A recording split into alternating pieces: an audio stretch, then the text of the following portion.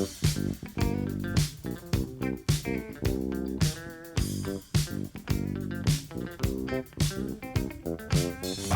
cookies. I love cookies. I love cookies. I love cookies. Welcome to Cookies, the world's most influential basketball podcast. I am Ben Dietrich. Jordan Rodelli is on vacation, but Andrew Kuo does not take days off. You've been very, very excited lately, Andrew Kuo. Can you bring that same energy today? Can I bring that same voting, that process energy, this American process energy to the I can, Ben. The answer is yes. You want all the smoke. I want all the smoke. I want all the votes. I want all the people reminding me to vote. This is going to be an amazing month for our great country, man. Democracy in Check. action. Yes. Democracy, check. Your enthusiasm for being told to vote is very unique. Most people are sick of being told to vote. Yeah. You, on the other hand, love to hear it. I don't mind it. I think it's kind of okay. I like people who are excited about anything. And if my friend circle and feed are telling me to vote, or strangers texting me, I'm like, thank you. I appreciate that reminder. I'll fucking vote, man. Well, I've already voted, so now we can call it off. No more voting for you. I did it. I voted. I don't want to be reminded again. Hey, I did. Remember, get out there, vote. Done deal. Guys, take the signs down. Dietrich's voted. We are good to go. According to your boy Donald Trump, you can go back and change your vote now if you want to, because everyone's doing that. To Trump. Yeah, you got to always go back to Trump. That's the thing. You got to alter your vote. Oh, can Cookies come out and officially endorse Joe Biden? In cases, first-time listeners, thank you to our Patreon subscribers. Yeah. Thanks to the Patreon subscribers. We do it for you. And, I guess we endorse Joe Biden, I suppose. You know, I can't say it's a lusty endorsement, but I do heartily endorse Hunter Biden. Yeah, he's kind of an internet celebrity now, but like in the way where he's kind of people getting thirsty for him. There's the Hunter thirst. Has there been an adequate explanation for where these videos and text came from? The misplaced laptop thing just has never seemed to really hold water. 'Cause I'm always misplacing my old laptops, and especially when I'm doing big deals with foreign countries and my father's running for president. Where did that laptop go? I swear it was here. Oh, it's in a pawn shop. Bad on me, man. And has anyone actually seen the laptop? Is there a photo of it? No. So it could just be his email and computer were hacked, and they're saying they got it off of a laptop. Like, that's what happened, right? Yeah, this goes back to the whole thing. I want one of these boomers to tell me what they think a cloud is. Is it the big thrift store in the sky? Right, so we're talking about information and compromising photos that were taken from a presidential candidate's son's cloud, and we're talking about it as if that's normal. Cool. Cool. Very, very cool. I mean, none of this is normal, but like plucking things from the cloud, I'm sure for a hacker, shout out to the movie Hackers, hacking the mainframe. If you wanted to hack the mainframe and get pictures on anyone's phone, I'm sure you could. It's just like the punishment is the thing that's deterring you, right? It's a wild thing where people will send around sort of like chain tweets and stuff that are clearly designed to get information from your like banking, credit card, security. Yeah. Like you'll see them floating around, and half the people will say this is a joke, but other people are like, ha ha ha, here's the street I lived on. Here's my childhood pet's first name. Yeah. Because that's all the stuff is. But apparently a lot of it also is people just calling over and over and saying they got locked out over and over and over, and eventually someone being sympathetic, like an actual human, and letting them into the cloud. Yeah. That's how a lot of the phones get hacked. Yeah. Where Well, it's people just trying to convince someone in a store or like on a call to give up the information without having any proof that it's actually them. Yeah, the Russian misinformation campaign. I watched Borat 2, more Borats, with the epicenter of the misinformation campaign, your boy Rudy G, as the climax of this movie, no pun intended. And yeah, it's just like, what is the Russians' big plan? It's like, well, they're gonna tell Rudy something, and he's gonna tell it to the Post, and then people are gonna believe it. I'm like, oh, that's not like Angelina Jolie putting on rollerblades and hacking the mainframe. It's not like the movie Salt, starring Angelina Jolie. That was a tough one. Anonymous. Was she a spy, assassin? Both, possibly. It's tough to be a movie spy without being an assassin. There's going to be some assassinating happening if you're a movie spy. There's no way around it. What was your feeling about Borat 2, more Borats, or Borat squared? My take is annoying as usual. I'm well prepared for that possibility. I felt it's such a high degree of difficulty what he's trying to do, so respect to that. Like satire, entertainment, humor, comedy, and reporting all at the same time, or creating news stories. But I think where it fell flat for me was all of his subjects, and I disagree with all of the politics of his subjects, are all like really nice people, and it only works when they give him a window.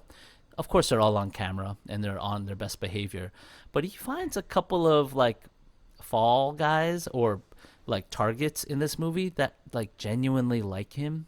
So it was kind of defund Wist, but it was kind of sad to watch it play out, being like, you're taking advantage of these kind of nice people who don't believe what I or Borat believes in. And the Giuliani thing to me was like, we saw it. Like, there's no more to see than what we've seen on the internet. Should he have let Giuliani break out the hog? The hog was not released. I felt like he should have let Giuliani break out the hog. The stat hog? Yes, the stat hog. I mean, in a way, the Lakers released the hog. But you're like, all right, so Giuliani had his fingers shoved into his pants. He's lying on the bed. Like, he had barged into the room. Like, wasn't that the moment to, like, really let Rudy do Rudy? He said, Sacha Baron Cohen said he was worried about his actor. But also, if he's not actually breaking out the hog, and if he's just like unplugging his whatever mic or readjusting himself, he loses that moment. So by breaking it early, he preserves the moment. I get it. It happened so fast. I'm like, did someone break out the hog that fast? It was like, it was kind of mumbly and tender, and they were too close, and they were in a dark room. But also, he broke out that hog so fast, like no one's business. He also was pretty drunk, and he's also old, and he was also lying on his back. So he may have been adjusting the hog versus unveiling the hog. I didn't see anything there that would sway my vote. I mean, Rudy Giuliani is not my mayor, but he may be America's mayor. He's a single man, and there was a 15-year-old in the room. Like. I mean, the line. It was very close to being compromising, and I think, yes, as you said, it may not have been compromising, which adds a little bit of, I guess, intrigue to it. Yeah. But man, if Rudy had broken out the hog, if he had opened the sty door, if he had teamed up with LeBron James and took his talents to L.A. and broken out that hog, I think it would not have changed any votes. I don't think it would have changed votes either. But if you said this movie has full frontal nudity and it's Rudy Giuliani, and it wasn't Sacha Baron Cohen, it was Rudy Giuliani.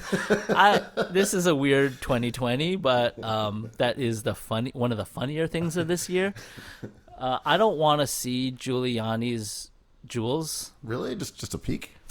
I'm not curious about Giuliani's jewels, but also no shaming, man. We're all born with God's gifts, right? As the vacationing Jordan would say, just his twigs and berries. I had different feelings about Borat in terms of the portrayal of Kazakhstan kind of bugs me. And I can't tell if it's double irony, double satire, that he's there making fun of them, but he's making fun of the idea of making fun of them.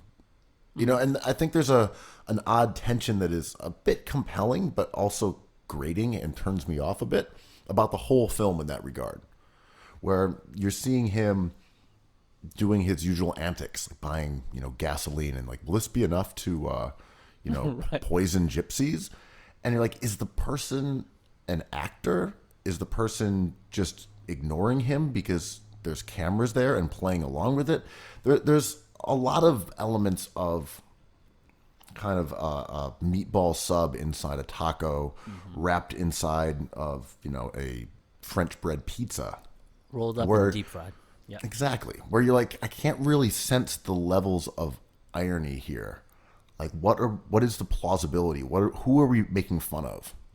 And there are some good moments I thought that were quite funny, but overall, I don't know, the part where he's in Kazakhstan and you're like, because I was in the city the other day and I ran into this guy who said he's from Kazakhstan.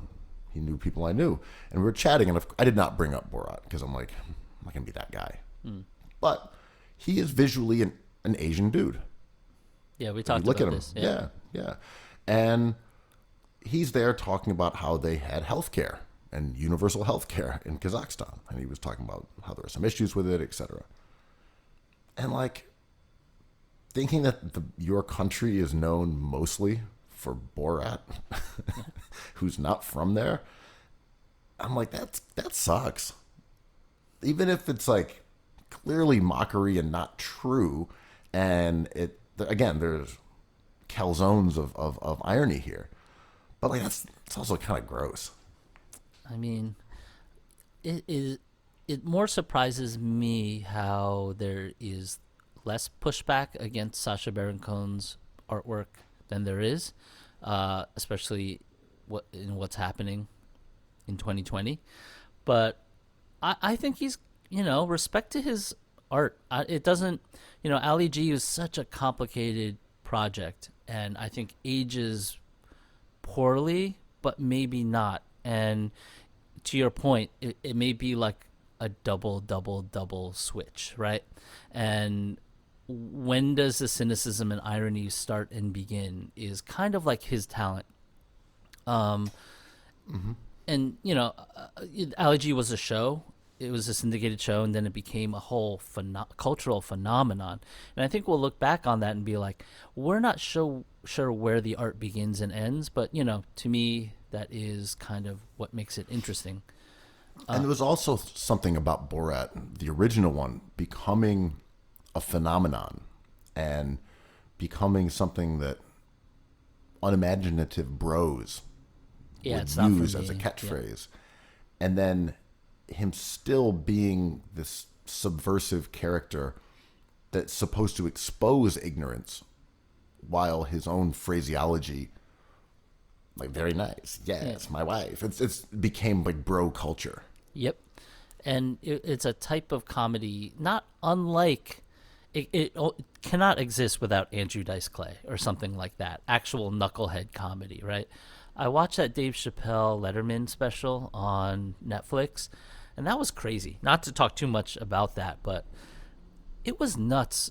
If you're a Chappelle fan at all, like, I've never seen him actually describe what he's trying to do. He just does it. But he has such respect for Letterman that he actually tells Letterman what he's thinking, which blew my mind. I love Chappelle. I think he's like, whatever, apex. But it talks a lot about maybe what Ali G and what Borat does, this costume. And in the interview, he actually talks about the skit in which he quits the show. He leaves it all behind.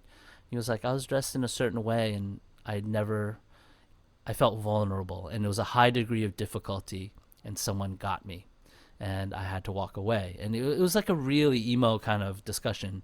But you talking about Borat turning into bro culture reminds me of that. How it transforms within the eyes and the tone of laughter someone has on it. And Borat is for us because it's complicated comedy, but it is bro comedy at this point. And in some ways, even the subversiveness is the bro version of subversiveness in that it's like hashtag resistance. Like, here's jokes about grabbing her by the pussy, and you're like, that's not even funny. And I don't mean that in like the serious way. It's like, that's just the most trite, mainstream liberal thing to like go after and use as bait for a joke. Yeah. Like, be funnier than that. That's Yeah. what is that supposed to appeal to, like, you know, the Hillary wine moms? I'm just baffled by how mainstream and non-subversive even the subversiveness of Borat is in a lot of cases. Yet it's also so offensive on the other side. It's like a narrow, I don't know. It kind of goes to, it's a tightrope where in some ways I'm not sure that the act itself merits the downsides. I am not sure either. If we pull away from the thing that we're watching a little bit, it is a really weird thing that we're like his idea, right? Like, this is kind of an advanced idea. He's British, and he's very smart. Interviews, everything. Like, he explains this all with a straight line, but it is something that I find to be like very impressive when I look back. But when I see the actual thing, it's deeply not for me. There's some times when he's been other characters that you look back now and you're like, was you playing like a homosexual fashion designer or a journalist? Like, was that funny? Yeah. When you were pretending to be, like a British rapper, was that funny? And I'm not denying that there are funny moments. Don't make me talk about Dizzy. Don't do it. But in the macro sense, you're like, are these great ideas? Are these funny? Are these really inventive? I don't know. I think I love whatever comedy, whatever, that whole thing. I think we always change the way we kind of take it in, and I think we should let these guys miss a lot. This is my whole thing with like losing games. Missing in comedy is baked into comedy. So if Borat misses the mark a bunch of times, it's baked into the thing. Great comedians, like, there's so many people who don't like Dave Chappelle, and to them he misses quite a bit, but it's baked into the whole thing. And to come to only think about the things that don't work is totally fair. But I think it existing is fine with me. It's such a large percentage of a large percentage of the effectiveness of his interactions with sort of day-to-day people are that very few people give a shit what someone else is saying. Yeah. And that was my takeaway from, say, that scene when he was talking about, gassing gypsies. This guy's like, man, you've got a camera on. I'm in a store. You're saying all this shit. Yeah. I don't care, man. Yeah, 20 gypsies, sure. Like, yeah. It shows like people in customer service do not care what you were saying to them. Or they're being polite because... Same thing, yes. Yeah. Same thing. Like, it's not that they're like, who gives a shit about this guy? It's that, like, my job is to just nod and say, yes, whatever. Sure. Yes. 20 gypsies. Absolutely. And we're not privy to what happens, like producers prepping them. You know how he goes, no spoilers. He meets a bunch of QAnon believers, and he's like, can I stay at your house? And they're like, sure. And they give him beers, and they search the internet together. And it seems like they're kind of nice guys. I don't know, but who knows what the producer prepped them for and all that stuff. And the gypsies thing is interesting because I've had to have so many people tell me about the hardships like the gypsies have with their rights and with like prejudice in the UK, and I'm just like, I don't know about any of this. I grew up in a bubble. I don't know about like the minutia of the prejudices in Kazakhstan. I don't have any Kazakhstani friends, like, and just to have this dropped on me in a hour and a half movie, I'm just like, this is a ton of stuff I don't know about, and maybe that's his point.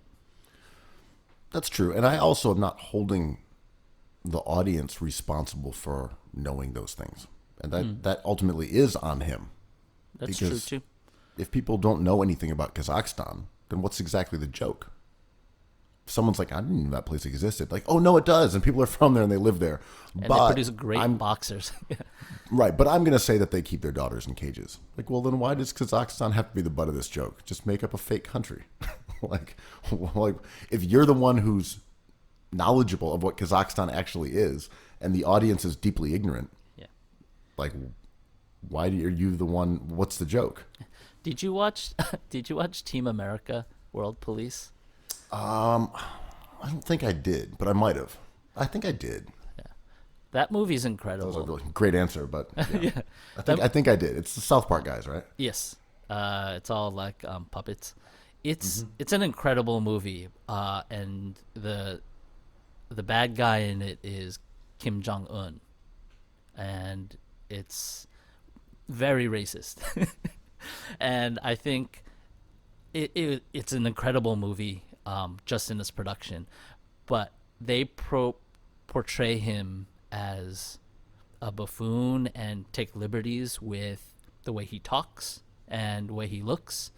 And he's a world leader, man. Maybe one of the top 5 threats to our survival in the world, if you want to believe he has nuclear weapons, or his son has nuclear weapons, or if his son is alive. I don't know.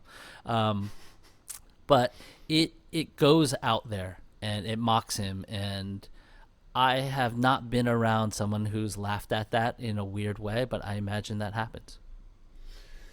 Yeah, I'm not opposed to people trying to do offensive humor or being edgy. It's just, as you said, it's not easy to pull off. Oh, the degree of difficulty, like 80s comedy was awesome, but it was something that, like, we all had Eddie Murphy's Raw, right? Like, we all had that it went platinum, I think, right? And the stuff in there is wild, and I don't know, like the chatter around a movie like Borat about Giuliani is kind of like a interesting misdirection, because we're trying to figure out if he is a stat hog or not. But there's a lot to talk about elsewhere with that movie, and frankly, it's a little bit tiring. But I couldn't make it through the whole thing. Yeah, but you saw the hog part. I skipped forward to the hog. Well, the lack of release of a hog, yes. Sounds like it was RJ Barrett. No mayoral swine was set free. There weren't that many laughs, but I do like watching something that everyone's talking about, so whatever. It was good enough for an hour and a half. Speaking of something else that people are talking about, The Knicks? you love when they talk about RJ Barrett? Thanks, voting. Smokes. Oh, I yeah. voted. I'm done. Ben, remember, you got to vote. That's enough. I went, and it took me 5 minutes. And this is the only reason I'm telling you that I went to vote, because I feel like we've heard a lot about really long lines, and that is clearly a problem with our democracy and our electoral system.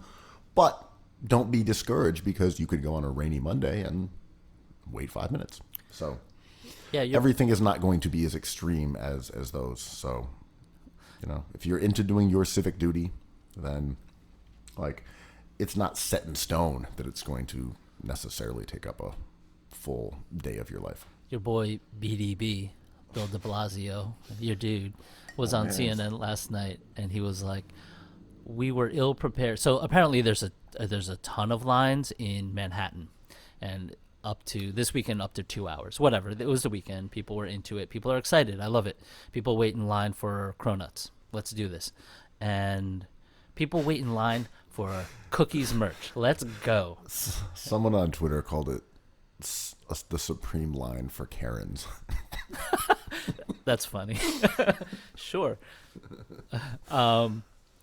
Oh God! So I've been watching these videos, like these hype videos, and sometimes the person will walk through the line, and the one's like, I'm here to get like the box logo, what it is, like I'm from New Jersey, we're out here."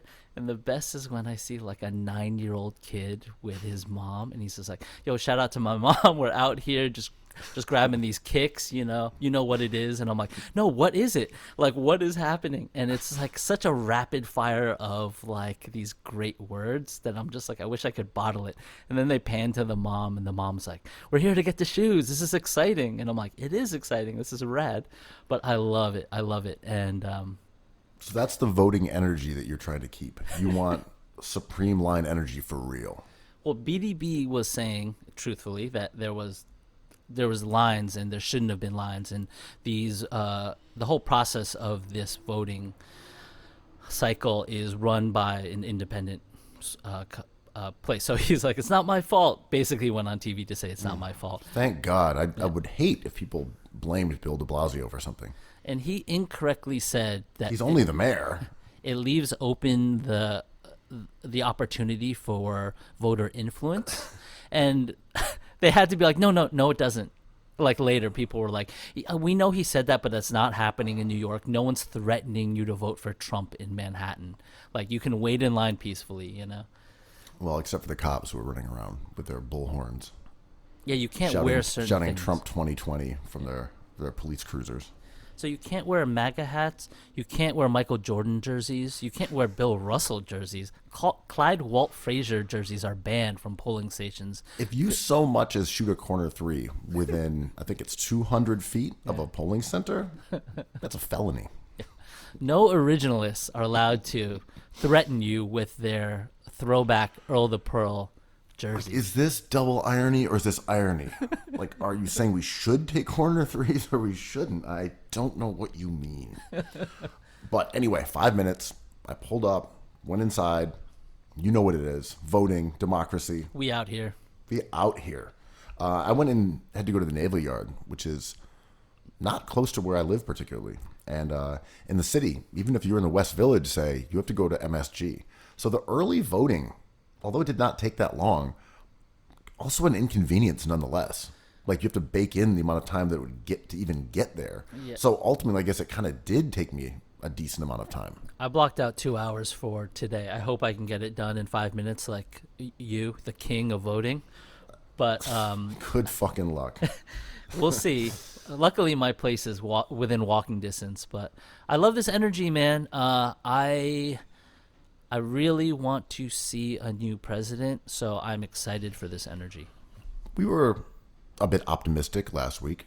Mm-hmm. Nothing has changed to dissuade that opinion, but I'm a little more anxious than I was, solely because we are now in the voting process. I've already voted. Mm-hmm. Like, there's less upside. The vote's been cast. Yeah.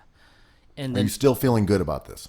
I am, and we knew this would happen. The narrative or the story on TV, newspapers, Twitter, is that it's going to be closer than we think. And what I listened to a Van Jones TED Talk yesterday about. Yeah, it was tricky. I like Van Jones, whatever. No, I have no problem either. I'm more laughing at you just watching TED Talks. Oh, I listened to TED. I love TED Talk. There's some smart people on there, man. Shockingly, not all named Ted, but it was. He talked about how President Trump, or a sitting president, could lose the electoral and the popular vote and still constitutionally declare a coup and stay in president and swear himself in. And he's like, it's a glitch in the system, in the matrix, that we have to fix. But if Trump decides to do that, he can legally. It's wild. It was wild. He was like, here's 15 minutes of just straight facts. And I was like, holy shit. Yeah, I have no interest in hearing that. No, but like, There was I think I forget what it's called. It's like the WNYC podcast. oh, look who's logging into WNYC up in here. It was someone We're from out here. basketball Twitter, like metrics thing, like Henry Abbott or someone had posted it up, and I just clicked on the link, and it was a whole podcast about that. People sort of play acting how there could be a contested election, and I got about 7 minutes into it, and I was like, "What am I doing to myself? Yes, right. Why on earth am I going through the rigmarole of a bunch of things that would spell the end for democracy. Like, I'll just wait until maybe that happens. Yeah. And I'll enjoy it in real time. Well, I'm dangerously becoming somebody who like doesn't think anything in sports matters because of this, right? Because why would we subject ourselves to these Abbott pods, WNYC, or TED Talks about what if, like the worst case scenarios? But all me and you do is just like, well, if the Knicks lose the lottery and get the 8th pick, they're totally screwed. And we run through all these scenarios, right? And I'm dangerously close in my life to be someone being like, does it matter if the pizza's good or bad? Isn't bad pizza just baked into pizza? And I'm just like, oh, I have opinions about nothing. I gotta say, that's not the worst case scenario for your current takes. Hey, you know man. what I mean? Like, really boiling them down to like no take at all. I gotta say, might be an improvement. Hey, you just did the proverbial "I voted" sticker on the radio, so you're I was that. trying to tell people that I'm the king voter. Without a sticker, but with your own podcast. No, but a lot of people don't know this. You're the How king voter. fast you vote is how good of a voter you are. Wow. White people are really good at voting, especially in wealthy white neighborhoods. They're so good at voting. It's No like, delays at all. They're just incredibly efficient voters. it's like Trump just being like, I beat coronavirus in 3 days. 3 hours, I was done with it. It's so funny, like the people who get mad at other people telling them to vote. This is a Trump thing, right? You know, Trump gets caught in all these words that he doesn't really plan for, but he just hates being told what to say. So someone's like, just tell us you're anti-racist. And he's like, no one tells me what to say. Everyone's cool. This is like, don't tell me to vote. I'm like, you can tell me to vote. Yeah, I'm against racism, and thank you. I'm going to vote. Like, We've also, yes, all that. But we've also reached a point due to the last election and the huge numbers this time where there is a real fog of war going on with this election to some degree. Because every time someone says Biden is up 8.5 points, everyone's like, yeah, but Hillary was up 14 points in, October of 2016. Yeah. And you're like, oh shit, that's right. And then every time you see a 538 poll, like, yeah, but they were also similarly skewed in terms of their predictive outcome to Hillary. So all in all, my anxiety level has ticked upwards a bit since our last episode. I'm still not anxious about it in the way that, but then again, I wasn't anxious last time. See, this is why it's also anxiety causing. this is fine, though. This is taking the test, right? You've studied. You're ready. I voted. I did it. I've cast my vote. Can we put that sticker on you through these microphones? I got the sticker. Can you put it? I did not affix it to anything. Oh, I haven't gone on socials with it. Maybe I will. I did send it to a group chat just to tell everyone that I'd voted in 5 minutes. I was on that group chat. And what did I say? I was very impressed. I was like, damn, look at that damn sticker. He said 5 minutes? This guy can vote. I have a pile of those stickers in my studio from like many elections ago. Just in case you don't vote, but you still want credit. Are they like baseball cards? Can I sell them? Do they look different? I know like one of my get rich quick schemes for the state or every state was like to create limited edition stickers and like sell them for $1 for charity or like helping some sort of state cause. So you go and vote, and then there's like a cause sticker for a great cause in New York, and hype beasts are just like, well, I want to vote. And like, you can't buy one of these unless you vote, and you're only allowed one. And everyone pays like $1 for them, but you generate like $20,000 and you just give it to homeless people. Like, can't we do that? So it's the supreme voting ticket. I love it. I just generate that money, man. People love these damn stickers. It'll cost you $1. It's a lot cheaper than the cookie stickers that are available on cookiesoops.com. Very much so. FYI, much cheaper. Hey, our cookie stickers are screen printed, man. We went through Beautiful we jumped stickers. through hoops. They're beautiful. Yeah. This is in no means to diminish the glory of the cookies hoop stickers. They're large. They adhere to virtually anything. So your girl, Barrett, has been Originalist. confirmed to the Supreme Court. I understand why people are upset, but at the same time, we knew this was going to occur. When you said, "Do I even watch the hearings, man?" I said, "I don't feel like there's any way that this is going to be stopped." So it felt like rank proceduralism for its own sake. So anyway, at first, when RBG died, I was like, "There's no way they'll get someone else in," and then immediately it was, "Oh, they're definitely getting someone else in, and there's no way of stopping it." So that occurred. And I do feel a lot of... I understand why people are upset, of course, but this was an inevitability. Listen, that they we've known about cannot get for a a month. stimulus plan in. It is just too hard to decide on a stimulus plan that would help the businesses and people survive this pandemic. It's just too difficult to compromise. Oh, the originalists? Yeah, horses and carriages, muskets. Let's do this.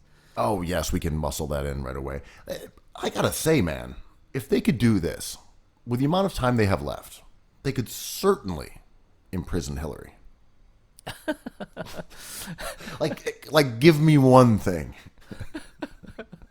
There's time to imprison Hillary. Come on, dude. we got 2 months. You can certainly lock her up within that period of time. Throw Bill in there too. Come on, at least do something for the people. Scour all the thrift stores in D.C. We were bound to find a Hillary hard drive somewhere.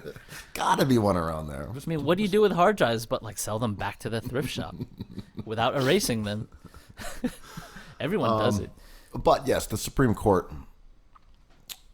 There was talk of maybe the Democrats being able to have some arrows in their quiver to prevent this from happening, but it always seemed unlikely.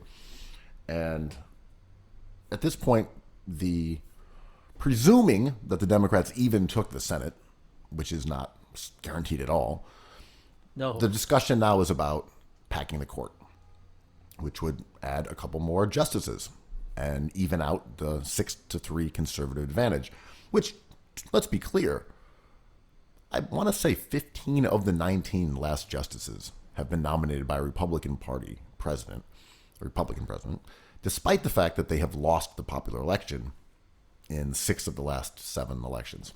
Those numbers might be a little fuzzy, but generally speaking, that point remains intact.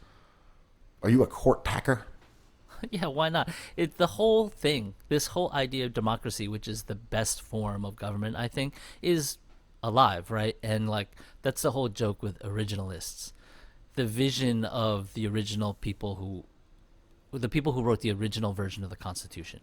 But I think it's changed, and like if the Democrats get all 3 branches of our government and they want to pack the courts, do it.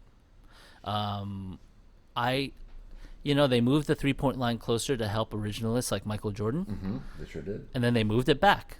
Let's move it back. I don't think creating a bigger Supreme Court is a bad thing. Whatever. Well, it's happened before, so there's Yeah. precedence for it if you care about that kind of thing, which I do not, because what we've seen in the I don't last care either. decade or so, or maybe longer, but specifically over the last decade, has been asymmetrical warfare from the Republican Party and counterparts in the Democratic Party who approach things very differently. And if I was in the Republican Party and I had the ability to stymie Obama's Supreme Court justice selection, I would have done it, just as I would have forced in Barrett, because they had the power to do so. Mm-hmm. And if you're going to approach politics that way, which I kind of think you should, if you believe in your agenda, Yep. the Democrats need to behave the same way. And I think there is an inherent flaw with the Democrats, and it may not be just like cowardice as a general thing. Like, look at them, they're cowards over there. It might be it may be a result of the Democratic Party being kind of incoherent in terms of what it stands for. So you have a lot of voices in the room. You have a lot of moderates. You have a lot of people who do value things like decorum in a way that other members of the party do not. So the Republicans were able to purge all of their moderates from the party and become a really cohesive party in terms of at least what their agenda is, as much as I disagree with it. the Democratic Party is kind of all over the place. You have your Schumers who want to triangulate and are always reaching out to sort of the fictitious moderates of Long Island. Then you have, people like AOC. And these are even from the same state. They're not on the same page at all. Republicans are pretty much in lockstep with the things that they want to achieve in government. So I guess my roundabout point was I don't have a lot of faith in the Democrats packing the court because who knows what percentage of Democrats even like the idea. Yeah, I mean, I agree with half of that. I think the Democrats could use some sort of more direct action. But also, I don't think the Republicans are unified in this. I think they got lucky. The clock worked out. There was clock mismanagement everywhere. But I think McConnell just being there shifts the entire thing. And the two branches being the White House and... I'm sorry, are you talking about the little purple hand? The little purple hand that is going to pluck Danilo Gallinari and place him in Long Beach. But I think I don't see the Republican Party as unified or good at this, better than the Republicans at all, and we're seeing a lot of it now. And I don't know what's going to happen with the Senate, but if they lose the Senate, the story will be they're not unified. And before Trump won the actual election and lost the popular election, the story was, is the Republican Party done? And now those conversations are happening again. Well, I think the Republican Party is, for the most part, kind of done. They've done an incredible amount of damage. But as a party, they have their believers. They have their 40% of the population who's just going to vote for anything that has an R spray painted on it. But I look at the demographics of America, the fact that they have lost the popular vote 6 of the last 7 elections. You look at how the survival of the Republican Party is now inherently tied to voter disenfranchisement and corrupting the electoral system via the courts. We'll see, though. That's not a great future for a political party. Agreed. I don't think in this kind. I don't think human beings can form a cohesive political party. I think that's impossible. I also think that in a democratic process and the way human beings just are, I think it's impossible for any one of these two parties to think and act as one. And I'm okay with that. I think it's an imperfect government, but it's okay. It's perfect enough. And I prefer a democratic way to do this than any other way. And sometimes it looks really bad. And we got a really horrible result 4 years ago. And if we get the same horrible result in a few weeks, we will jump to a lot of explanations. Someone didn't want it enough. This move that they did 2 years ago was had a butterfly effect till now, and we'll all explain this in different ways. But as I always say, chaos is baked into this. Well, what I'm talking about when I say the Republican Party in lockstep is what we just saw. That 53 of them in the Senate said, "Fuck you. We're shoving her in," despite the fact that we denied you the opportunity to do so. Democrats would literally do that too. The exact same thing 4 years ago. Democrats may not. That's what I'm saying. I think the Democrats have not waged warfare in the same way that the Republicans have. The Affordable Care Act was insane that they got that through, man. That was wild. It was also kind of bullshit. There were so many concessions. They did it forever. I don't know. I mean, they got can't that through. I can't compare these two things, though. The American Health Care Act. What the hell? It's not perfect, and no one liked it, but they got it through. No one likes Coney Barrett, but they got it through. Right? I thought Obamacare was surprising when it happened. I was like, "Yo, he did that," but he had the votes. He just had the votes, and I know a lot of Democrats were wary of the bill, but they voted along party lines. No, but it was also a toothless bill that didn't really change that much. That's a different discussion, I'm saying this clear hypocrisy, which of course, again, I'm saying if you are going to approach politics in this way, hypocrisy is going to be something that you cast aside like snakeskin.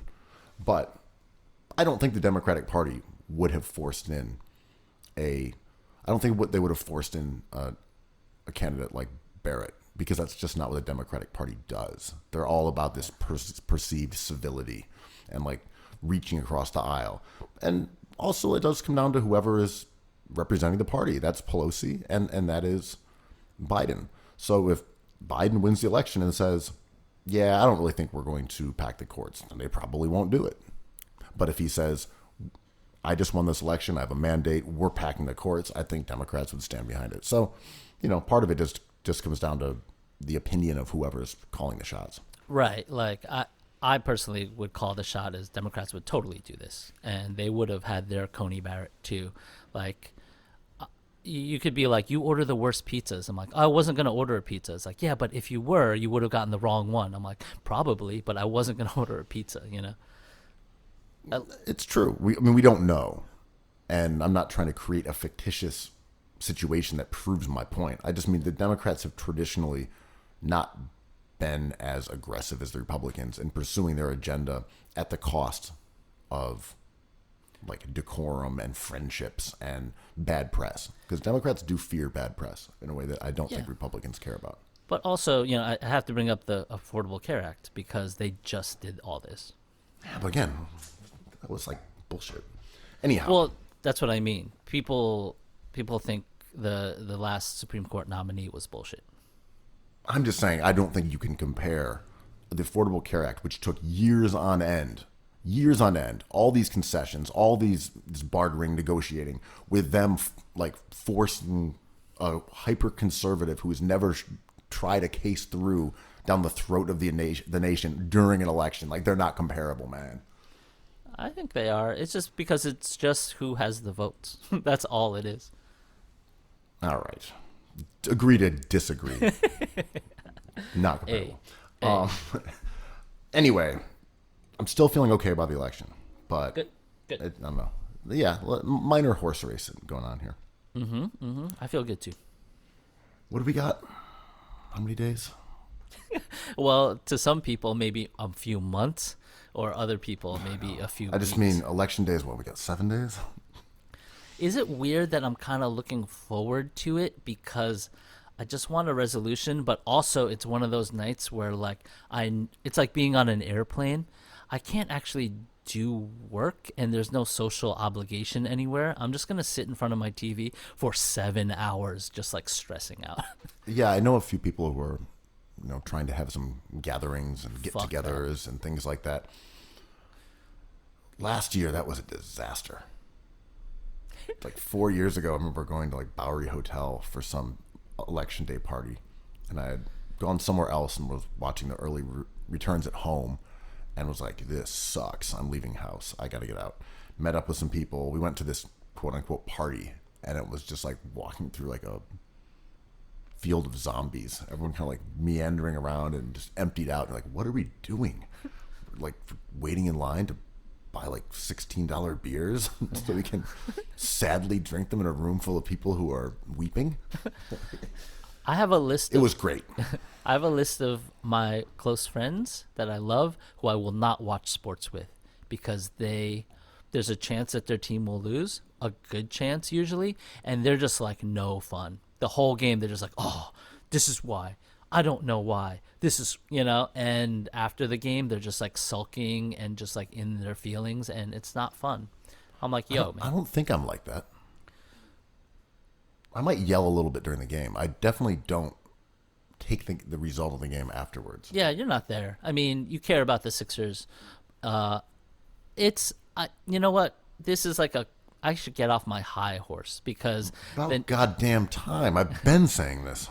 Because the Knicks have no chance of winning. I've canceled that feeling from my life of the possibility of joy. So I just like seeing the colors and the players running around. Like, I love RJ Barrett. Sue me. No king Can you shaming. even watch it in like actual color, or is it just all black and white to you? Like, it's just all dreary, gloomy. There's maybe some Salem playing in the background. No way, man. It's like looking into the flame of a candle. It's bright white in the middle and it goes into beautiful shades of yellow and red. It's incredible, man. Sometimes blue. It's awesome. So, speaking of basketball, anything interesting happening? I'm gonna keep delaying this cool big board until there's like a revolution and there's war in the streets. And I have not been pushing the big board at all, man. But if you want to get down to it, no.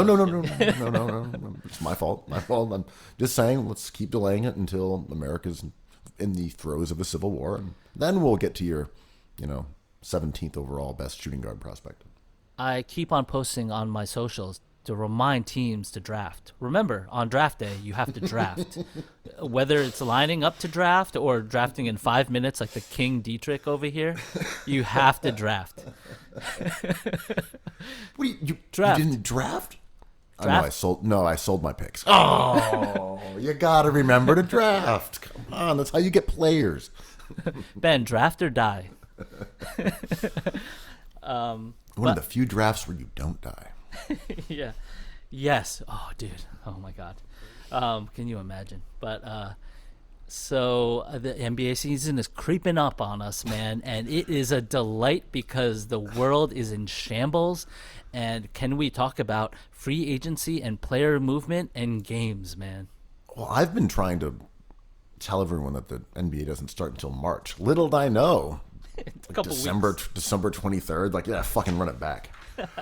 Here's what I'm unclear of, because my information is clearly unreliable. I thought we were going to do this around St. Patrick's Day, for the little green men. How are they planning on doing this?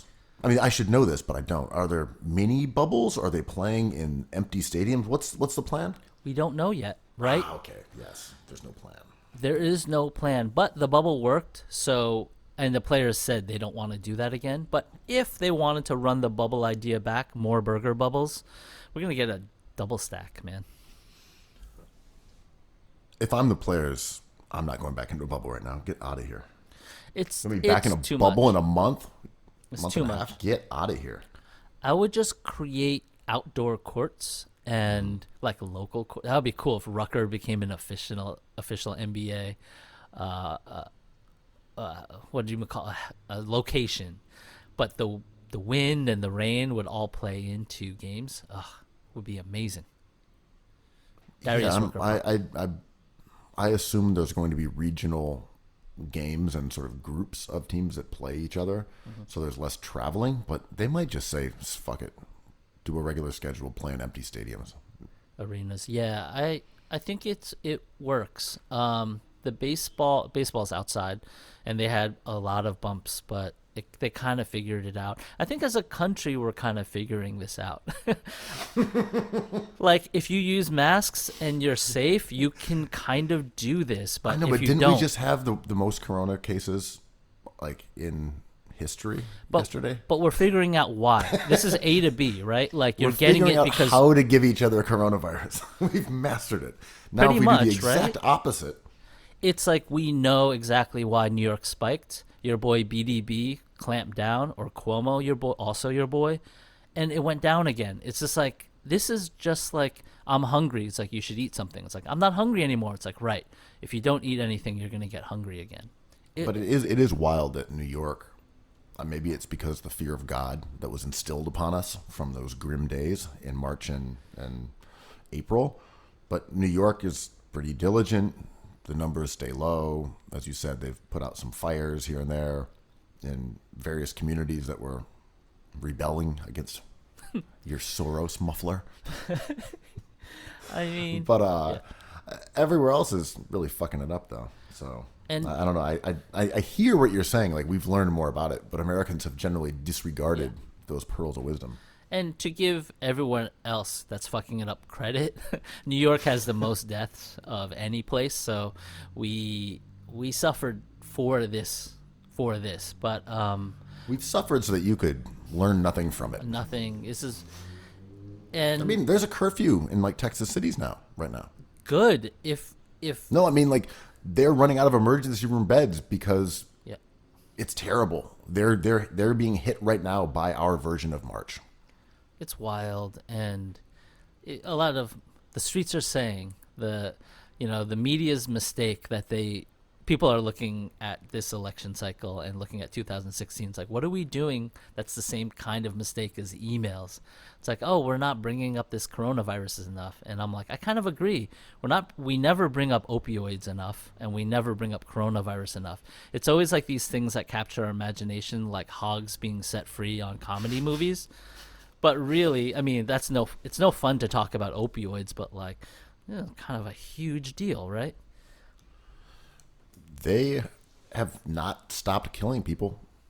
Yeah, man, it's horrible. I mean, those numbers have spiked Yes. during the COVID era for obvious reasons: boredom, lack of employment, poverty, Depression. Yeah. For all the obvious reasons. Those numbers have gone through the roof, and no one talks about it. It's wild. I used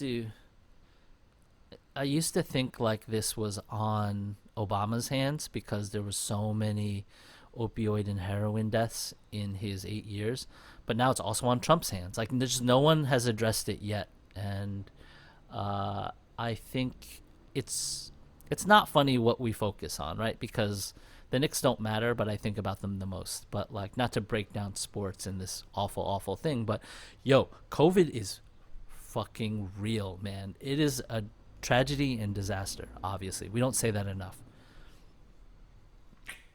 Well, now we have finally someone will acknowledge it. Quo has gone. You've gone there. You want all the smoke. You were genuinely ready for it. I mean, if we're arguing about where hard drives are popping up in like kind of pots of gold at the end of rainbows for politicians and New York Posts, but we're not talking about this thing that still has like our favorite restaurants closing down. I mean, I gotta say, do you think these are two kind of different topics? Because we talk about coronavirus constantly. Remember when the president had it like a week ago? Like, we talk about coronavirus all the time. Not enough. Just not enough. The Really? stimulus. I think we talk about it all the time. Are you talking about the royal we, right? I think that's all anyone ever talks about. Is coronavirus. It's got to be more. Like, How can we talk about it more? It's all we talk about. I disagree. I think the people, like, especially Trump's campaign message is not that. I think Biden should hammer it home more. I think this is what will beat Trump. And if we don't take advantage of this obvious, clear L that he's taken and that we've all taken, it's a missed opportunity. It is a layup. It's like playing the Knicks. I agree with that. I'm saying I think collectively we just talk about COVID all the freaking time. But I agree that it could be a hammer with which to smite Donald Trump a little bit more. I agree with that. They've talked about it a lot, though, and a lot of the ads focus on it. There's no question about that. I hope so. Like, any regulation player could stomp the Knicks. They go off for 40. It's the TJ Warrens of the world. Biden should use that to his advantage, man. Remember when we pretended we were going to talk about basketball and pump faked right back into talking about coronavirus? I mean, it made sense. We were talking about the burger bubble too, more burger bubbles. Yeah.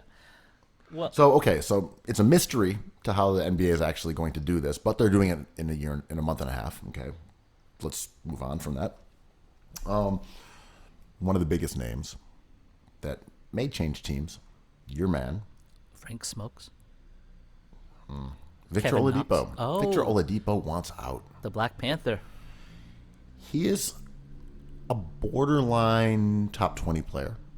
Agreed. He may be the only borderline top 20 player that is available this offseason via trade. That we know of, yeah. That we know of. And he also comes with a couple caveats, which are he's coming off of a very bad injury and did not look like the same player when he returned to the court last season. But again, I mean, it was a very bad injury. And he wasn't expected even to be good by that point. Mm-hmm. And he also has 1 year left on his contract. So you have the enticing possibility of a top 20 player available kind of on the cheap, but he carries with him a few different risky elements. Is he the kind of guy that a contender like, or a wannabe contender, is he the guy that makes a difference for Miami? Is he the guy that teams should be really hunting after right now? I love Victor so much, that R&B king. But I'm so nervous about that injury, and I think he should be okay. And I think a team like Miami, after finding out what Gallo wants to do, who's a lesser player than Oladipo, but still good, but may come at a cheaper price. If all those resources run out, I would take a chance on Oladipo because players like him are rare. Top 20 players are very rare, especially available ones. That's kind of my feeling on him overall, is that if you're trying to win a championship, if that's the goal, then Oladipo's the kind of player who could potentially help you do that. If the goal is to be good and not risk bungling things, then yeah, you might want to go somewhere else, because if he leaves, then you've wasted good assets that you've spent, or good young players to acquire him. Yeah. Or or you get into that weird spongy area where he's okay, but he wants a max deal, and you don't know what to do. Just for the record, he only makes $6 million more than Danny Green, $21 million for 2021. Not bad. No, his next year contract is fine. It's the expiring. It's after that. So if he comes back and is pretty good next year, but wants a max salary, what do? Are you willing to outbid the field for him? Are you willing to try to get him to sign an extension? Or are you willing to let him walk? And I think those are all questions that are not that appealing when you're talking about adding a player at significant cost. Yeah, it reminds me of the Jimmy Butler situation in Philly. I would take that chance on Oladipo if you were a piece away like Miami. You'll cross that bridge when it happens. The solution will present itself. If he's good, max him. If he's bad, let him walk. I agree, and because the world revolves around the Philadelphia 76ers, as far as I'm concerned, Magellan over here. I would absolutely go after him. Oh, yes. If Philly should. Without question. And it's not even, okay, we're going to unload Al Horford. No. Like, if there's a price tag, and it's Josh Richardson, Thibault, this year's first-round pick, You got to do it. I'm paying it. Yeah. Like, Oladipo's a good player. The BMM is claiming Hayward's expiring player option for Oladipo. Yeah, right. Nope. Hayward's a good player. Add Tatum as a sweetener, and perhaps we can talk. Be talking. The Time Lord maybe have to get thrown in there. So the Time Lord and Tatum maybe make that deal happen. Yeah, maybe Jaylen Brown has to get in there as a little bit of a little dusting of confectionery sugar. Yeah, to pair their best player, Marcus Smart, with Victor Oladipo, that's formidable. I like that. But yeah, for Philly, to me, he's the guy you would go after right now. He could make the difference. He's the sort of player that Jimmy Butler was for them, but they let walk. Guy who can defend, who can create in the half court, a guy who can score. He's very good. He can shoot enough. Yep. He's not a great shooter, but he's good enough. He can handle the ball. Yeah, I like him. Him. And no matter how much money is dedicated to Al Horford or Tobias Harris going forward, it goes back to what you just said. Approach that when you get there. Mm-hmm. Because after one more year, you could say, well, you know what? We're willing to bite the bullet and pay all these guys and have a crazy salary cap. Because look, Golden State did it. Mm-hmm. The Cavs did it. If we can win with a team where we're paying all these guys lots of money, we're down to swallow that bitter pill for a season. And then you figure out a way to dump Horford. Yeah, all these players are dumpable. And yeah, if he looks weird until the All-Star break and starts rocking, max him out.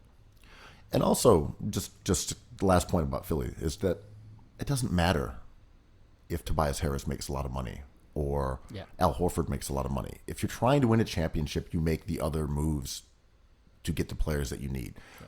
Look, Tobias Harris was a mistake. He's a decent player, but yes, he's a sunk cost. That is what it is. Yeah. You don't say we're now going to ride or die with Tobias Harris and let Ben Simmons, Joel Embiid, and the Philly fan base put them on the shoulders of Tobias Harris and say we're going to sink and swim with this guy. No.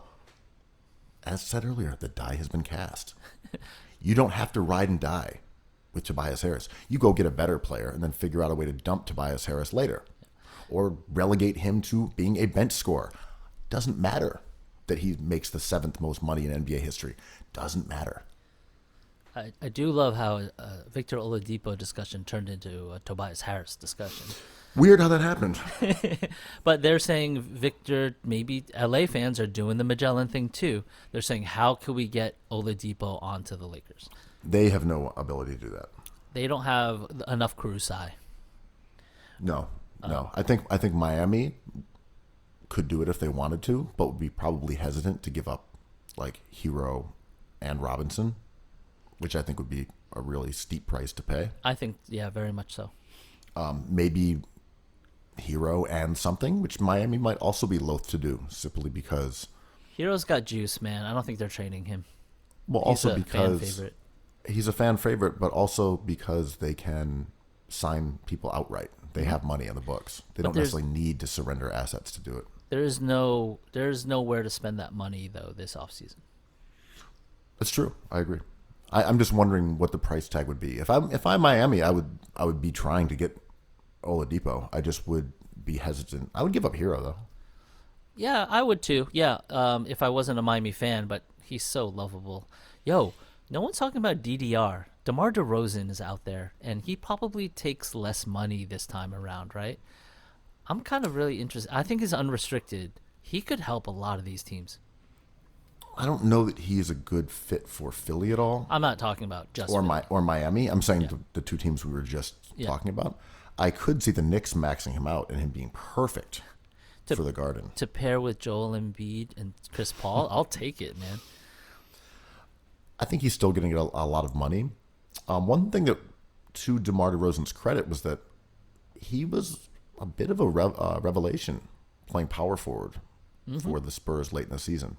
Like, his ability to get to the basket and draw fouls was even more pronounced at that position. Obviously, he can't protect the rim. You know, he's not that kind of player. But in an NBA with spread floor, I mean, DeRozan was more efficient than he's ever been before when he was playing like as kind of a 4. But again, I don't think most teams are willing to sign him to have him do that. I just think, you know, we misvalue some of these players. Like Harrison Barnes is like seen as a toxic asset, and DDR, we make fun of him. DeMar DeRozan, no one calls him DDR. I don't know why I do that, but because of Dance Dance Revolution, the popular aughts video game. But I think we see DeRozan as this flawed modern player. But as you said correctly, like, he goes to the line, man, and I think he's devalued. I don't think he's gonna get a huge contract, but you're right. The Knicks loom always, and they have money burning a hole in their pocket. But he's an interesting player to me. He's only 31, I think, next season. I'm interested. I don't think he'd be a bad terrible pick defender. for the. I mean, he's a bad defender. He's gotten better as a passer. He's not great, but he's gotten better at it. You know, I mean, you look at early in his career. You know, he had a couple seasons where he was averaging like 2 assists a game, and like 2 turnovers. And, That's and some prompting shit. He really, unlike say Klay Thompson, has really improved a lot in that way. Where better. He's basically now more than doubling his 2-to-1 in his assist to turnover ratio, like a dramatic improvement in that area. So 22 points, 6 rebounds, 6 assists a game. I love that player, man, and I think people are just bored of him. They're just like, he's not exciting anymore, and especially being in San Antonio. But the thing was, he was not a valuable player, particularly because of those 2 combos that we're talking about. He's poor defensively, not a great passer, even though he did improve, but also he just was inefficient. He was either league average or below and did not give you good defense. The Raptors were better with him off the court, despite him being their leading scorer and ostensibly the bigger star than your man Lowry, the thickest of them all. The Wagon King. But DeRozan actually was better last season. His true shooting was 603. Yeah, and I think a lot of that had to do with the fact that they played him 30% of his minutes, at least according to Basketball Reference, at power forward, something that he had virtually never, ever, ever done in his career prior to that. Yeah. Anyway, he's going to the Knicks. I would love him. Like on our thread, someone tried to clown the Knicks respectfully. Like the Knicks should be clowned, but someone was saying Paul George to the Knicks, LOL. I'm like, oh, I'll take that in a second. If we can get all these like perceived losers like DeMar DeRozan, because the Raptors won a championship as soon as they unloaded him after all his All-Star appearances as a Raptor. DeMar DeRozan, Paul George, and Tyrese Halliburton, I am ecstatic. Okay, I'm going to give you an alternative timeline. I want to know how happy you'll be when you show up at the Garden. You might be really happy. Oh, just being in the Garden would make me happy at this point. That was like a theoretical idea. It's like they do say at night, if you walk by Port Authority, you can hear the sneakers squeaking sometimes. Well, it's asunder. It's burned down. It's smoking. It's the mythology of there used to be basketball here. So I guess let me rephrase that. If from the smoldering white ashes of Madison Square Garden, you saw these specters rise like mist from a valley, and they were Fred VanVleet, DeMar DeRozan, Who's restricted? Julius Randle, Mitch Robinson, and whoever they draft. Are you content with that? Yes. Being your 2021 New York Knickerbockers. Yep. Sounds good to me. I really love Fred VanVleet, and I'm okay with them overpaying because they have the money. So just blow everyone out of the water I think he's like a top 35 player. I'll take that, man. He is the Timberland king. Imagine the collaborations. That beard around this many chopped cheeses. That head in a fitted Yankees cap. Dude, he looks like he belongs in New York, first of all. So I'll take it. And I'm a big fan of his. If you're trying to reconstruct the Raptors from was Van Vliet ever teammates with DeMar DeRozan? I think so. They played a year together, right? Yeah. So I'm down. Maybe 2-year contracts with a team option or a player option, something modest like that. You're talking about for DeRozan. Van Vliet, you got to do 3 and No. You're not getting Van Vliet for 3 years. You're maxing him out. I don't think so. I don't think you have to. No way. I don't think he gets the max. I'm just saying I would be very surprised if you can get him for a 3-year deal. Very surprised. Well, get ready to be surprised. We'll see. But I think Van Vliet is going to want options. So I think it's not that teams don't want him for longer, but he's not going to want to be stuck in New York. He's going to give it a shot. He's got more contracts to go. This is only his first big contract. So he's right. He if wants it's a player option that he can opt out after 3. Sure, I believe that. Yeah, and I think it benefits all these players. AD is going to take a 2 and 1 probably, so he can get the supermax and go to Chicago. The only times teams get options on players is when players have very little leverage. Like the Knicks gave a team option, I believe, on one of their carb dudes. I forget. I think it's Taj Gibson or something. They have team options on a lot of those guys. They have them on Taj Gibson. They have them on Randall. They have them on Elfrid Payton. They have them on. Payton's one for sure. Yeah, I like what they did. They got team options on 5 of those dudes. I mean, they overpaid them all badly. But it doesn't matter. It's just money. Yeah, they're going to get that money back this season, so it's a wash. But this offseason. Well, but here's the thing, though. From a team building standpoint, I don't like that move. I don't like the short contracts to veterans and overpay them. I think that's the most useless way to use money whatsoever. And people like it because it passes the sniff test as non-committal. While they're keeping their options open, they can always get rid of these guys. They can trade them. They're expiring. But it also, to your point, it's just saying let's burn this money. Yeah. It's saying we're cool with spending $50 million this year to try to eke out some wins of guys who aren't part of this team long term. It's literally just setting your money on fire. And people are like, oh, that seems smart because it's not setting money on fire for a longer period of time. I think it is smart because in a vacuum as a theory, it's not the best way to do business. But the elephant in the room is Giannis Antetokounmpo. Everyone's just pacing themselves for the opportunity to offer him something he wants because a lot of teams will have the max for him. instantly. But what kind of team he wants to be a part of is going to be a different discussion. And if he can bring some players over and help construct this team, like that's all people are pacing themselves for. This is a 2-minute drill for him, right? Sure, but we've also seen this multiple times with LeBron James. We've seen it with... But you have to do it multiple times because these are the only players that count. LeBron James won the championship. I'm not disputing it as a scheme. I'm mostly saying that it happens all the time, right? Teams say, oh, we're keeping money open for who? Oh, it's for Kawhi. Oh, it's for this guy. Oh, it's for that dude. And you got to do it? Maybe. I also... My thing is, I feel like this is a tactic that bad GMs use because they can't be trusted to spend money wisely and acquire players who will outperform their contract or be easily movable. So when you say, no, we're going to overpay someone who's kind of bummy, but we can always get rid of him right away, it's like a hedging against your own ineptitude. But you could still win. Pelinka's a bad GM, and this strategy got him a ring.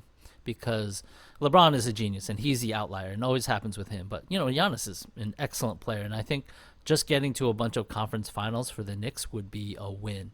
I mean, the Knicks' only championship was on a dunk versus the Bulls, So I think Giannis being able to say, I want to bring my dude, whoever that, Devin Booker, or whoever's up. I have to look. Whoever's up at that time. I want to bring my dude, Donovan Mitchell. We're going to form a super team in New York, and I'm going to be the GM. I'm like, cool. Just win a bunch of playoff games. This sounds great. I don't dispute that that's the best tactic going forward for the Knicks simply because they don't have great options at doing things more successfully. I just mean the kicking the can, stabilizing vets thing to me has always kind of been a fraud.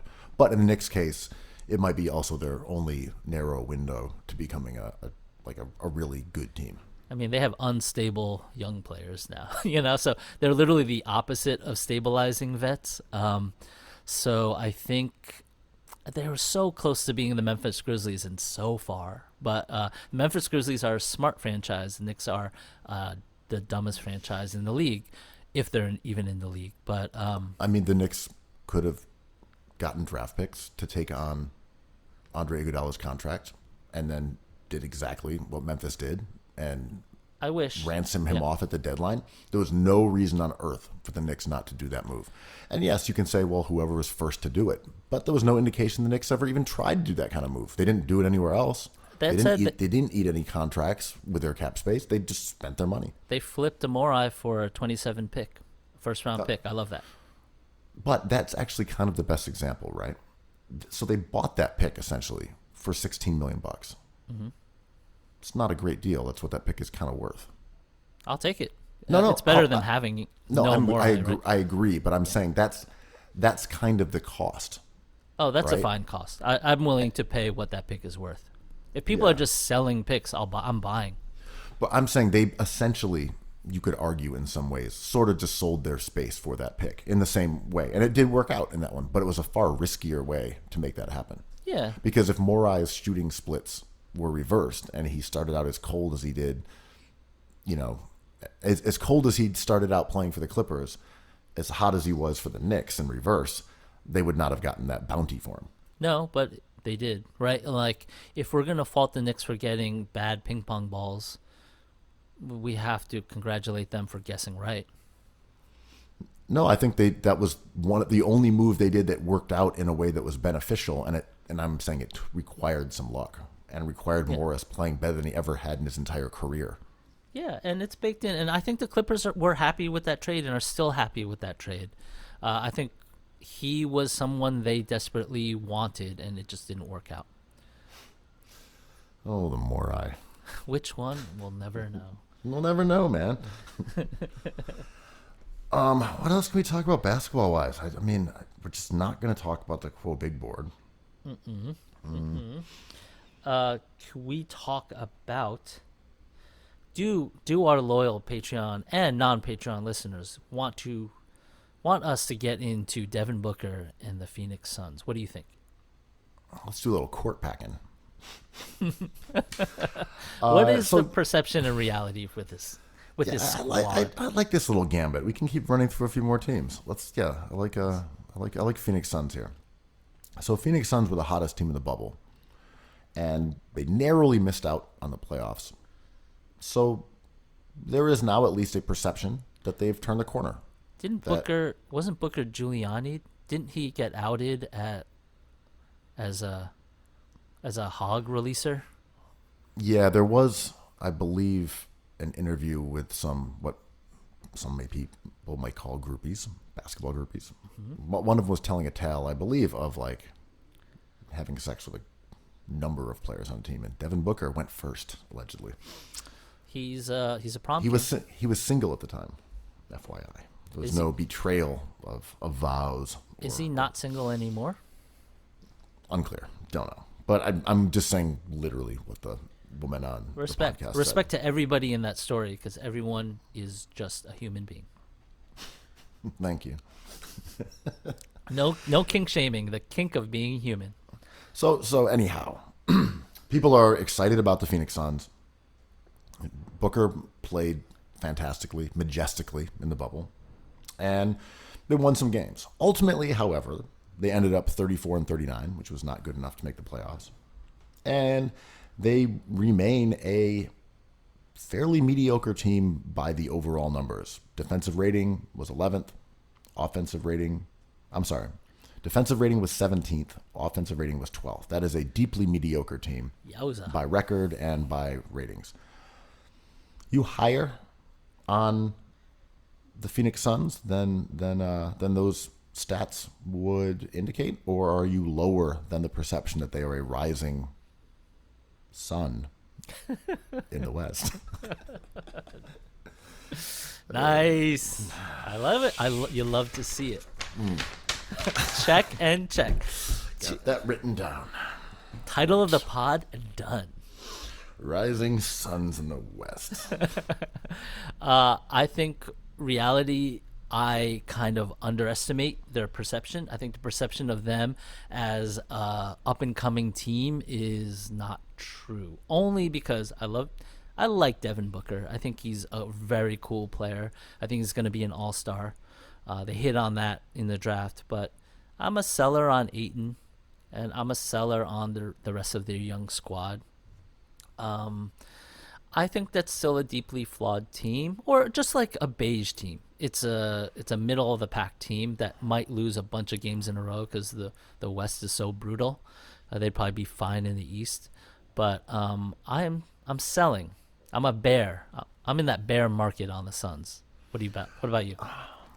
I think Devin Booker is legitimately a very, very good offensive player. His defense still kind of sucks, but same thing with DeMar DeRozan. He became a better playmaker. Booker started his career as someone who was just not a good passer, and now, God, he's a Nick if I've ever seen one. He can really score. He's a prom king in some ways, but he actually has improved as a playmaker. He's become a legitimately really good offensive player. He's highly efficient. He can shoot from everywhere. He can pass. But he's a baller. Walking bucket, as some would say. Mikal Bridges, pretty good. Solid 3-and-D guy. He can play. I love Ricky Rubio. I'm constantly lost in his eyes. I think those three guys are solid. I don't know how the rest of this team functions, though. Šarić is pretty good, but I don't know if he's a long-term fit there. Bridges has the weirdest shot I've ever seen. It's Sean Marion-esque. Yeah. I like Baines, but again, is he? I like Baines. Can you say, all right, it's Baines and Ayton, that's our front court of the future? And I don't know. I don't know what they can do to take this group from some compelling pieces to being a legit contender, because I don't think Booker is that much better than, say, a Bradley Beal. Who's very good. I think they are very good players who get mistaken for superstars because they can put 60 on your head. Well, or a Beal is never mistaken for. Beal is correctly rated because people are so bored of him, but people think Booker is a superstar, where actually he's closer to a Beal. Yeah, Booker's also very young. Beal's pretty young too, but Beal was correctly identified as a Robin from the jump because he was playing with John Wall, who was the alpha on that team. And I think Devin Booker has always just sort of been the alpha on that team, and he might be more of a Robin. Mm-hmm. So I don't know where their Batman comes from. Well, the Batman was available to them, and they passed him up. And I don't know when we're gonna stop dragging the Sam Bowie-esque pick of Ayton, because Ayton's a good player and Bowie was a good player, but leaving Luka on the table, I still think that's funny. And what could have been, and Ayton is, I think, gonna have to do a lot of growing if he wants to validate that number one overall pick. But he's not bad. He's kind of does what he's supposed to do in that 90s originalist way. Could you care any less about DeAndre Ayton? No, I care so little about him, and I'm not even mad at him. I'm like, good on Ayton. Get your 20 and 10, man. Yeah, I watched him play. Hey, look, he's big and mobile and fluid. Good offensive player, has a jumper. Cool, I just don't care. He's so boring. And it's not even because he doesn't dunk on people sometimes or do cool shit. He's just, there's a prototype to his game that is just phenomenally dull to me. He's Roy Hibbert plus. Not even Roy Hibbert. Roy Hibbert defended the rim. Oh, Roy Hibbert was kind of cool that way for sure. Yeah, Hibbert is an uninspiring prototype of basketball player who also falls asleep on defense, and is the pairing of him with Booker is exciting. I think if you were a Suns fan, you'd feel a lot of optimism. Their ceiling is pretty low, and Ayton is one of those bands or movies or politicians that I just don't care about. It's kind of like Smoking Aces. Honestly, he's like Rounders. I know there's Suns fans out there who are just like, here's the best center in the league. And I'm just like, oh, that's a movie I've seen once, maybe twice. And I love gambling movies, but I'm just like, other people are like, Ayton is the best player of all time. I'm like, oh, that's cool that you think that.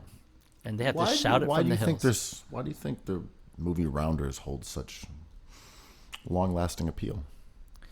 I think it's like the bro version of what people think like a CD Underground might be, The Russian, right? And it's John Malkovich like eating Oreos. I'm like, oh, this is not too dissimilar to our Borat conversation. It's like, this is what bros just think stuff is, and it's very pleasing. It's made well. I'm a Matt Damon fan for sure. I think he's awesome. Edward Norton. Is it BMM? I mean, it seems like there's some Boston adjacency here. Every few times a month, once a month, you can predict somebody on your feed being like, Rounders, perfect film. I honestly don't get it. I don't understand either. I saw the movie in the theaters, I think. It was a fine movie. It was fine. I never thought about it again. Yeah. Like, Molly's Game was a movie about poker that I thought was even better. That was a good movie too, but we don't say like Molly's Game, perfect movie. But is Ayton Rounders though? Because Rounders clearly stands the test of time. It's still being talked about as a relevant cultural artifact. Is it 20 years after it? I don't know. Rounders. Is it? Dude, does anyone think about Rounders other than 3 people on the internet who would love fucking Rounders? That movie is their shit. Rounders. Oh, Rounders. Did someone say Rounders? Rounders? I don't know. Can we compare, The Wire and Rounders? Can we do that? Is that legal? Okay. Is Tony Soprano more Edward Norton? I gotta say, man, Sopranos does not get the same treatment. It's The Wire and Rounders. Maybe The Sopranos is too ethnic. Maybe. Sopranos, that show changes so much from the beginning to the end. It's crazy. I'm slowly going through yet another rewatch of it. I'm in season 4, Nice. about halfway through. It's the best. Wait, There's a couple missteps here and there where you just sort of, in retrospect, you are watching it more as an actual cultural artifact, you're like, that was a little ham-handed. But overall, man, that show really stacks up. I think the fact that there were cell phones really goes a long ways. You know, you can't get away with plot lines that could be solved with a cell phone. Or like in The Departed, where Jack Nicholson is like the biggest cell phone genius magician I've ever seen, who could type out warnings in his pocket on like a Nokia, being like, "Be careful, it's a trap!" exclamation point. I'm like, he just did that with his thumb in his pocket? That's amazing. He's the god. No, that was a pre-scheduled tweet. Oh, right. He had it. He had that app on that Nokia timed out to send that tweet. Yeah, dude, he had it inside the Nelly spreadsheet. So my hottest take, and I can't wait in a month when season 4 premieres, is The Crown is better than The Sopranos and The Wire. Oh, I've said that before. My bad. You've said it to me before the pod, and I begged you not to go public with it. begged you. I said, I'm here on bended knee, Chloe. I'm not asking to be crowned. I'm asking you to relinquish your grasp upon it. I was doing... is it really that good? I've never seen it. It's incredible, and I know that's a hot take, but it's not bait. I really think it is coming from the real world kind of reality TV thing that we've been living in for 30 years. It's incredible. It's a double, triple cheeseburger of stuff happening, and I like reading or watching stuff about the royal family, but it's really heavy and awesome and takes different turns. So I was doing this exercise with my buddies the other day. The Crown is not funny. There's no like, The Sopranos to me is very funny. I think The Wire has a sense of humor to it. Can you think of awesome things cultural things in this world that are not funny that you think are great? Well, it is tough because I'm a large appreciator of the humor that is in shows like The Sopranos, shows like The Wire, and I think that's clever. What separates them Yeah. from stuff that I get bored by and that takes itself too seriously. But it's funny because you bring up the royal family, and another thing that has a royal family is a deck of cards, and one movie that's about cards is Rounders. Oh, Rounders. So if we rank the best things of all time, it would be Citizen Kane, after Rounders, followed by Apocalypse Now. Is Rounders too low? No, Rounders is the top in the whole Still. thing. Oh, Still. okay. Nonetheless, is there enough breathing room between Rounders and the second best to adequately, elevate Rounders to its proper heights? I don't read anymore, but I heard there's a book coming out that's a 600-page burner that's called The Book of Rounders. And it just goes through reorganizing the tiers of movies. Clearly, Rounders is a top, but it takes 600 pages to Well, go there's a through really the cool minutia. part where they actually go through and they rank the cards. Okay, the Joker's number 1. The Queen is number 2.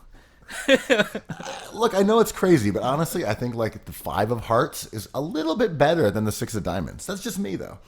Instead of going like 10 is more valuable than 9, let's create tiers. Let's say the 6 to 10 tier is more valuable than the 1 to 5 tier.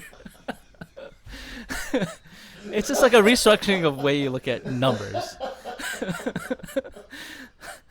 I don't know. Maybe the 4 is in the higher tier than 7. You never know. Read the book. Coming out. Penguin, Random House. We out here. Cookies.